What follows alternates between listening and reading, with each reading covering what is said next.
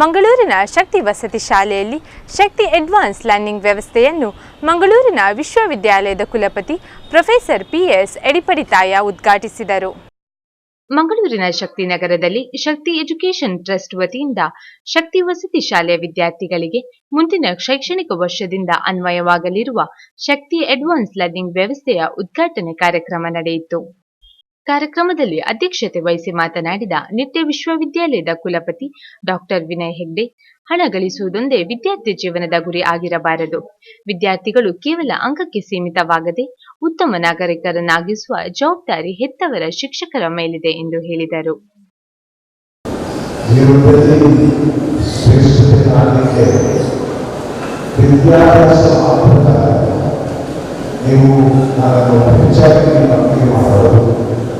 ನೀವು ಮುಂದಿನ ದಿನಗಳಲ್ಲಿ ಜೀವನದಲ್ಲಿ ಶ್ರೇಷ್ಠತೆಯನ್ನು ಪಡೆಯಬೇಕಾದರೆ ದಿನನಿತ್ಯ ನಿಮ್ಮ ಬೆಳವಣಿಗೆಯ ಮಾನಸಿಕ ಬೆಳವಣಿಗೆ ಉತ್ತಮ ವ್ಯಕ್ತಿಯಾಗಿಗಳಿಗೆ ಇನ್ನೊಬ್ಬರಿಗೆ ಸಹಕಾರವನ್ನು ಪರಿಶೀಲನೆ ಮಾಡುವುದು. ಇವತ್ತಿನ ಪದ್ಧತಿಯಲ್ಲಿ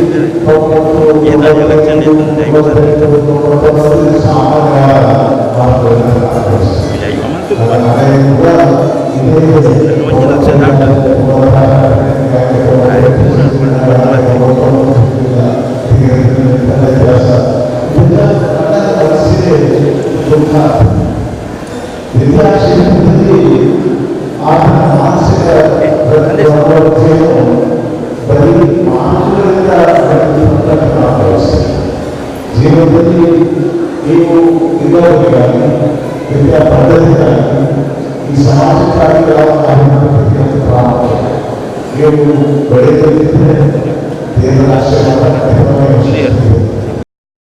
ಕಾರ್ಯಕ್ರಮದಲ್ಲಿ ಕನ್ನಡ ಸಾಹಿತ್ಯ ಪರಿಷತ್ ಅಧ್ಯಕ್ಷ ಪ್ರದೀಪ್ ಕುಮಾರ್ ಕಲ್ಕೂರ, ಸಂಸ್ಥೆ ಕಾರ್ಯದರ್ಶಿ ಸಂಜಿತ್ ನಾಯಕ್, ಗೋಪಾಲಕೃಷ್ಣ, ದೇವಸ್ಥಾನ ಆಡಳಿತ ಮೋಸ್ತಕ KC ನಾಯಕ್, ಕಾಲೇಜು ಪ್ರಾಂಶುಪಾಲರಾದ ಪ್ರಭಾಕರ್, ವಿದ್ಯಾ ಕಾಮತ್, ಕಾಲೇಜು ಸಾರ್ವಜನಿಕ ಸಂಪರ್ಕಾಧಿಕಾರಿ ರಮೇಶ್ ಮತ್ತಿತರರು ಉಪಸ್ಥಿತರಿದ್ದರು.